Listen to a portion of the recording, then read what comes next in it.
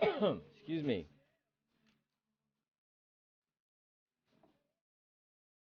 This is a pretty cool song by the Eagles. All right, so today we're on part three, third and final part of the Constitution. And so today, when we're finished, I want you to be familiar with the executive branch. What do they do? The Electoral College, how it works. Impeachment, how that works. We'll talk about the early judicial branch, the Bill of Rights, and how you can understand and organize that information, slavery in the Constitution, and then amending the Constitution. That's a lot, but it's all there. So let's get rolling.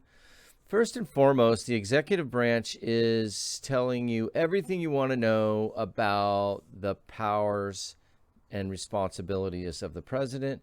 It talks about who can be eligible. You have to be a natural born citizen. You have to have a certain age. You have to have, the term of office is 4 years. And you're elected through what we call the Electoral College. Wow, there's a link here. It's Article 2, Section 1. What's this show us?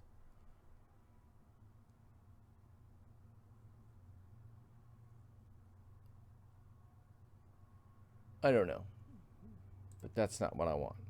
So let's help you with the Electoral College. So the way I'm going to explain it to you is this. The framers of the Constitution, Madison and Hamilton, were afraid of democracy. They wanted to limit democracy. And remember, only white males with land could vote. That, by the way, is a state law jurisdiction. White males with land could vote.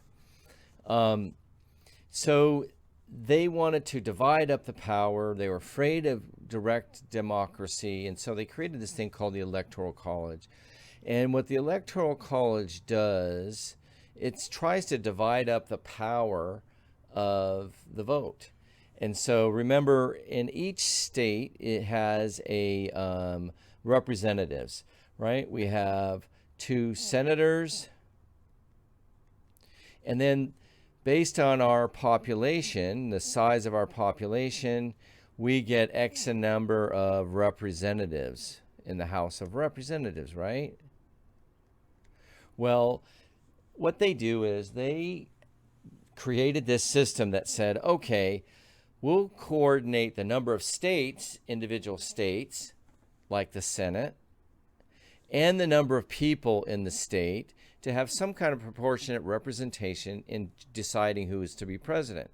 And so the way it works is the number of in the House of Representatives, we call them reps, plus the number of senators equals the number of electoral votes. Okay? That's it. And so how do they determine these electoral votes? Well, for example, you have a large state like California. We have 50, I think it's 54 members in the House of Representatives. And then we have only 2 in the Senate. And so how many electoral votes do we have? 54 plus 2, I think it's 56. Rhode Island, which is a very small state, has 2 senators, and it has, I think, 2 members in the House of Representatives. So how many electoral votes do they have? 4. 4. Number of population, and then 2 senators. And that's how you calculate. How do you determine who gets what? Well, you have the election in your state.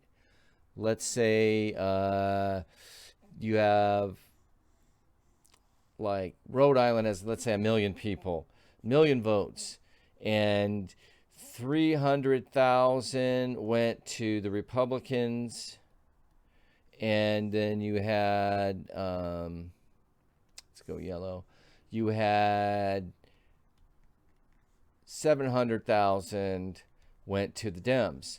So that means that the Democrats won. So all 4 of these electoral votes go towards a Democrat candidate. Do you get it? And so what they do is, and then let's say California wins, winner takes all, they get 56 for the Dems. So we got Rhode Island, 4 electoral votes. California, 56 for the Dem candidate. And so they have a vote in each state, and then they add up the results in this way. So it's not the popular vote necessarily. Now, ideally, when all of these states, and let's just do that simulation. When you get all of these states going, so you got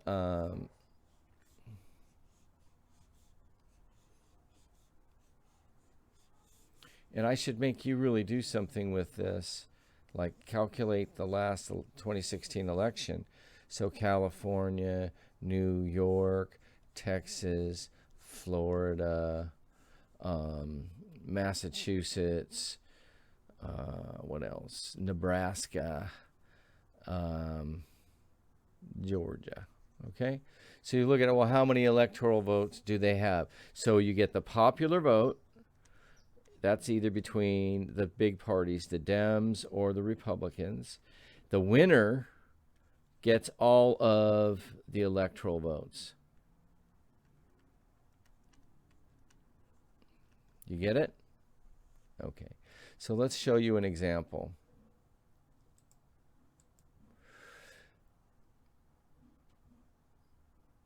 The sum of the number of representatives plus the number of senators. That's directly from the Constitution.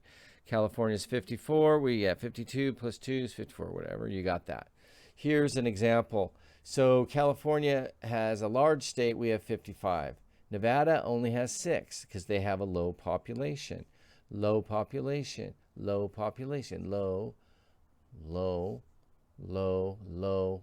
5, 3, 6, 7, 6. Look at it. So what you're going to see is the population in these states is very low. Okay? And so they only get that much say. So Mississippi has very little say in becoming president compared to California. But if you add up all the small states that are in the center of the country, they add up to a lot of power in the Electoral College. So, for example, look at this. Trump won only 62 million votes, while Hillary won 65 million votes.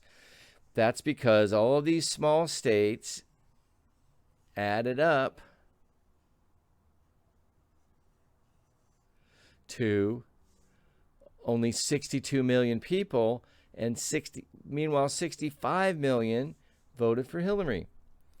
And so the Electoral College, which is supposed to be fair and equal, and that was their best idea, but they were afraid of democracy. This is democracy if winner takes all.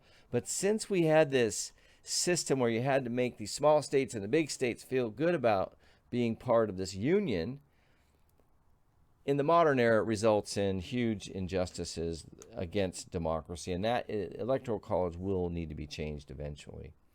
And then okay, take a look at this. So, for example, this is the 2016 election. You could say, okay, Minnesota voted for Hillary. Look at the percentages here. You see look at the percentage here. 100,000, 1,360,000, 1,300,000. It's very, very close in Minnesota. We should really do a study on this. 1, 3, 6, 7, 1, 3, 2, 3. That's 4. That's 44,000 votes. Minnesota. Difference. Look at this. Wisconsin. 1405. 1382. What's the difference? 3, to 23,000 votes in Wisconsin made the difference. Michigan, you got 2279 to 2268 equals 1 and 1. 11,000 votes in Michigan. Ohio, just for fun, 2841. Well, there's a lot. And 2394. That's about 500,000 votes. But it's very close in some of these states. So look, let's see, Pennsylvania, how close is that? 297, 292.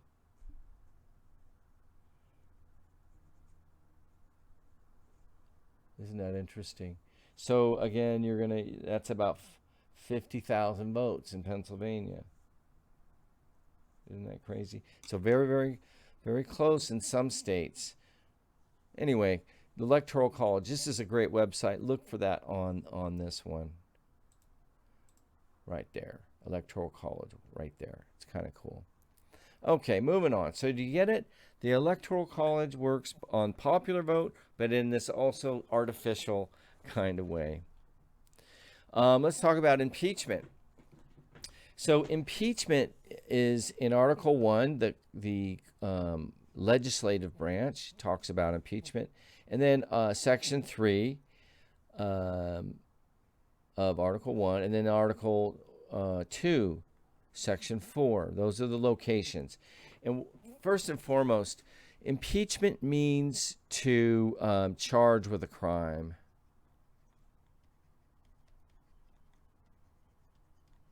That's very important. It means to charge with a crime. So all you're doing when you're being impeached, the first step is to be charged with a crime. The House of Representatives is responsible for debating and voting on a charge of impeachment. They need a simple majority. Just a simple one vote determines whether or not a president can be impeached, or anyone can be impeached, specifically the president. The Senate, so they vote in the House of Representatives. A simple majority means the president is impeached. The president is not removed from office unless he has a trial. In the Senate is where you have the trial. The Senate serves as the jury, and they vote, and they need a supermajority, 66% to remove a president. And again, it's the Chief Justice presides over it to make sure that it's a fair trial. The only authority to impeach is the Congress. The House of Representatives for the charges, and the Senate for the jury. And so the big problem is about political parties, and there's lots of controversy over this. Because, like, for example, the House of Representatives impeached Trump for abuse of power, and the Senate, which was dominated by Republicans, said no. In history, this will be seen as a travesty of justice, that the Republicans in Congress refused to impeach their president for political purposes. He is completely guilty of tons of crimes. You don't have to believe me, but it will come out in your lifetime. In the next few years, it'll all show. Fun fact: you're living a historic time. Okay, other things about judicial branch. The judicial branch just talks about Article 3 is the Supreme Court, and the Congress creates the courts. Okay? Let's talk about the Bill of Rights. The first 10 amendments are known as the Bill of Rights, and they go from freedom of speech, religion, and the press, the First Amendment. the right to bear arms, the Second Amendment, quartering of soldiers. We don't have that problem today. That means that was from the coercive acts, remember? Now, these are rights to search and arrest. This is rights of the accused. So are these rights of the accused, Fifth Amendment. So are these rights of the accused, Sixth Amendment. So are these Seventh Amendment rights of the accused, rights of the accused, and then rights by the people, and then rights by the states. Very, very interesting. So again, the right to a trial and all of that, that's what these Fourth, Fifth, Sixth, Seventh, and Eighth Amendments are about.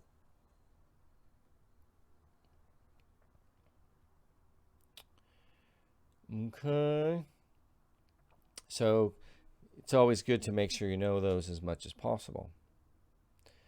The 10th Amendment is important because it talks about powers not delegated to the United States, which means the federal government, are held by the states, are reserved to the states. So if the federal law doesn't say it's federal, then the states have those powers. And when we talk about the power between federal law and state law, states' rights, that's what people are referring. Say if it's not explicit by the federal government, then it's the states have the power. 10th Amendment. The rights or powers not listed or held by the states or the people. Ideas, the rights or powers not mentioned in the Constitution are held by the states or the people. 12th Amendment changes the Electoral College briefly. Slavery in the Constitution. There are three main parts.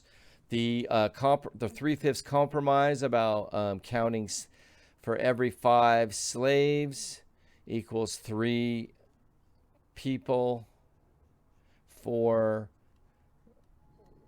the House of Representatives representation calculation.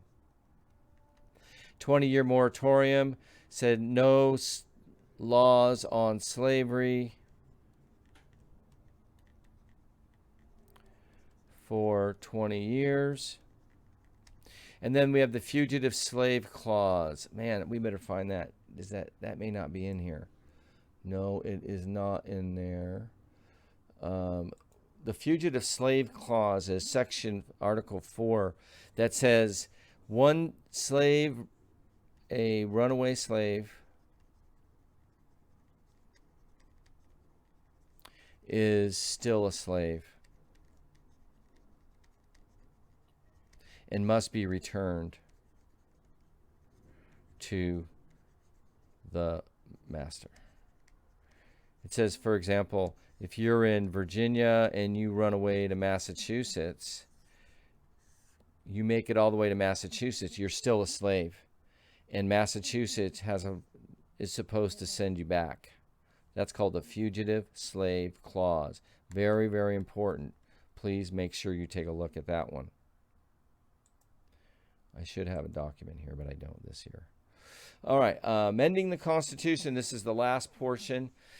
There are 2 ways to change the Constitution. A change is called an amendment.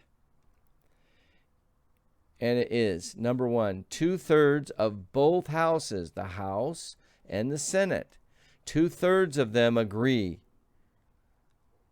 That's one way you can propose an amendment. That means it can be an amendment if 2/3 of both houses approve it, right?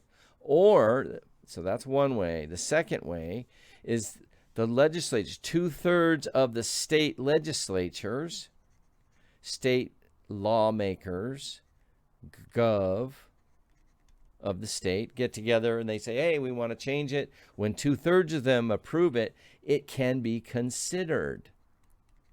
Means it can be, it can be a possible change. But it still has to do this. So we got the first part, one of these, and then this. 3/4 of the states have to agree. That's called a super duper majority. And all of this is held in the Constitution. So let's go back to our main point, and then we're done with the Constitution. So, do you know these things? Slavery in the Constitution, powers of Congress, principles of the Constitution, fugitive slave clause, that's slavery in the Constitution. Now, we didn't get to powers of the presidency. Dang it. Now, we should have talked about he's commander-in-chief. He can appoint ambassadors and Supreme Court. And the oath of office is to preserve, protect, and defend the Constitution. And hopefully you do get a chance to work with it.